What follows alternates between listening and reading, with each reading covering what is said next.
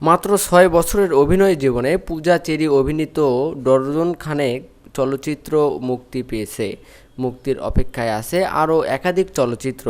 পবিত্র ঈদুল আজহায় মুক্তি পাওয়া আগ্নেয়কন্টক ছবিতে অভিনয়ের জন্য প্রশংসিত হয়েছে পূজার অভিনয়।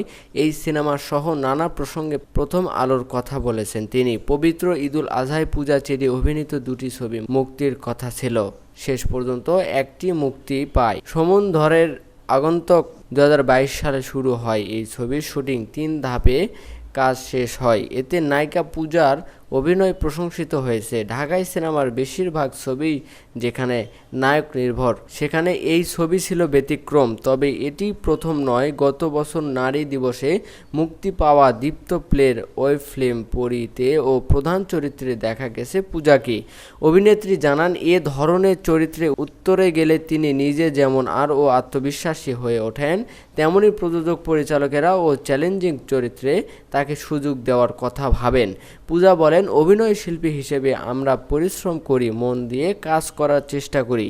সেই পরিশ্রম যদি মানুষের মনে দাগ কাটে তখনই নিজেকে সার্থক মনে হয়। মুক্তির পর অনেকে আমার অভিনীত চরিত্রটি নিয়ে ভালো লাগার কথা জানিয়েছেন।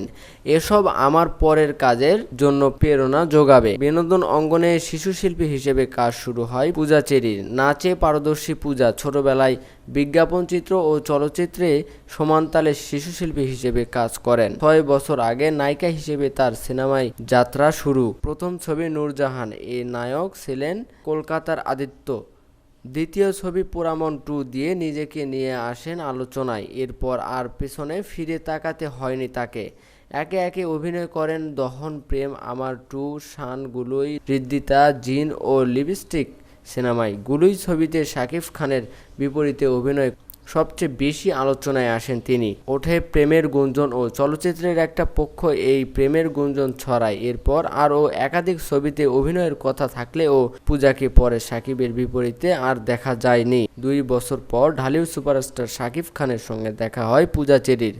এক মঞ্চে পাশাপাশি আবার হাত ধরাধরি করে হেঁটেছেন তারা। একটি ফ্যাশন শো উপলক্ষে শাকিবের সঙ্গে দেখা গেছে তাদের।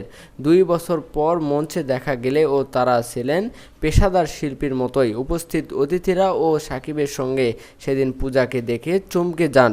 পূজা বলেন, অনেক দিন পর শাকিব ভাইয়ের সঙ্গে দেখা। একটি পণ্যের শুভেচ্ছা হিসেবে আমি ছাড়া আরও কয়েকজন তারকা ছিলেন সেই অনুষ্ঠানে।